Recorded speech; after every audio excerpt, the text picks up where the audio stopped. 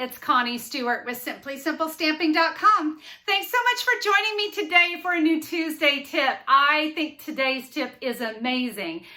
About 3 months ago, I shared with you how to do a mirror image on one of my Tuesday tips. And today, I'm going to tell you how to take that mirrored image and how you can die cut it or punch it. It is an amazing tip and I can't wait to share it with you, so let's get started. You may recognize this card. I shared this one with you on a Tuesday tip, and what I showed you was how to do a mirror image. So this little bunny, you'll notice here, only faces one direction, and we wanted to change that. So I wanted them to be able to face each other.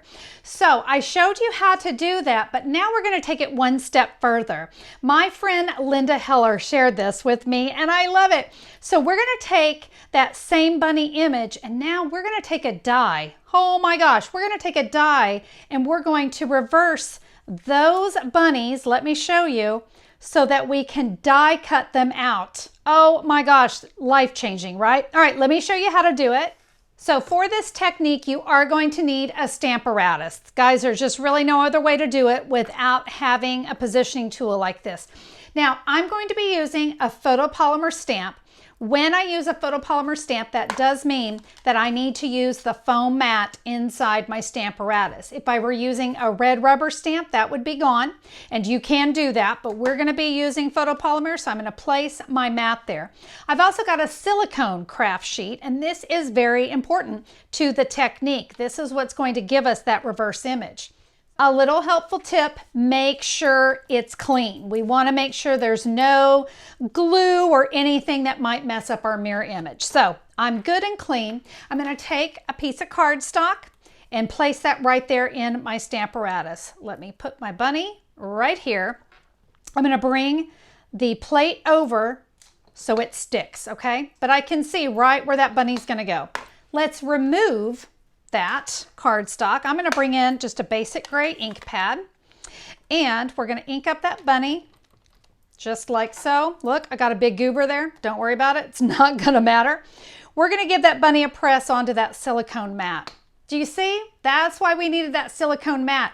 And that ink won't dry on there, and that's what's going to allow us to get this really great image. I'm going to do this twice.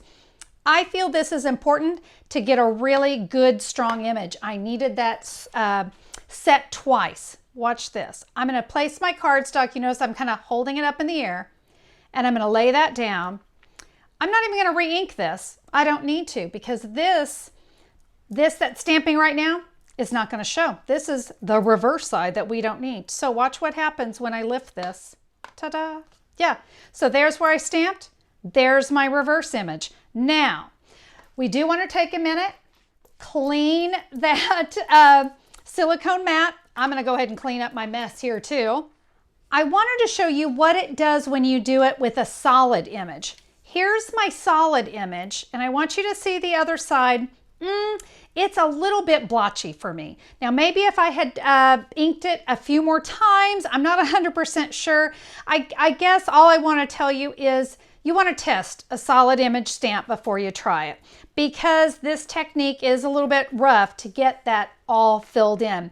Now, if it's not solid, does that make sense? That you have some more detail to it, this technique might work great. But for a solid stamp, I was not quite thrilled with the results. So just keep that in mind. This might be something you want to test before you use a solid. But let's go ahead and go back now to our outline image. So I'm going to bring in a die. This is the matching die for this bunny.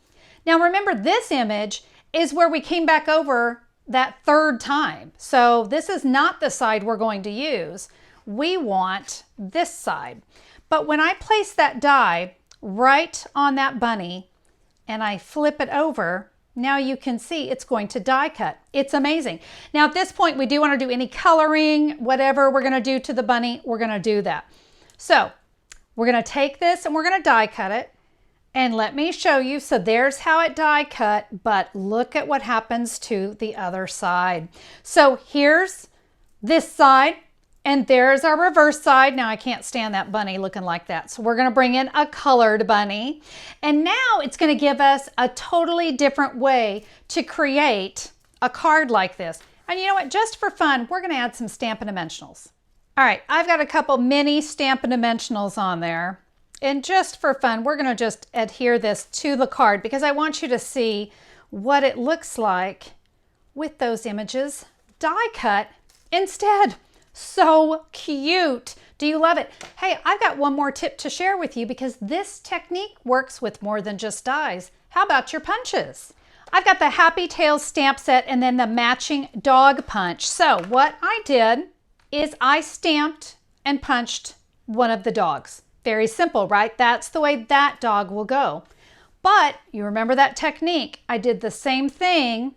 So I punched the dog out this direction and voila, I now have some sweet little puppies. They love each other. Yep, this is a great way to use your punches and get that reverse image as well. Life-changing, right? Absolutely life-changing. I loved doing the mirror image and I've actually used it quite a bit since I learned that technique. But then Linda rocked my world with the matching punches and the dies and how to do those in reverse as well. So huge shout out to Linda. Thanks so much for sharing that tip on the Stampin' Up! Website.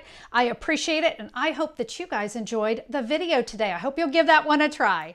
Thank you guys so much for being here today. I hope you enjoyed the tip and I hope it's one that you're going to be able to incorporate into your crafting. If you have not already become a subscriber, take a minute to click that great big red subscribe button. I'd love to have you. We share 3 times a week here on my channel and we've got lots of stamping inspiration for you. All right, my friends, that's all for me. Have a great day. We'll see you next time. Bye-bye.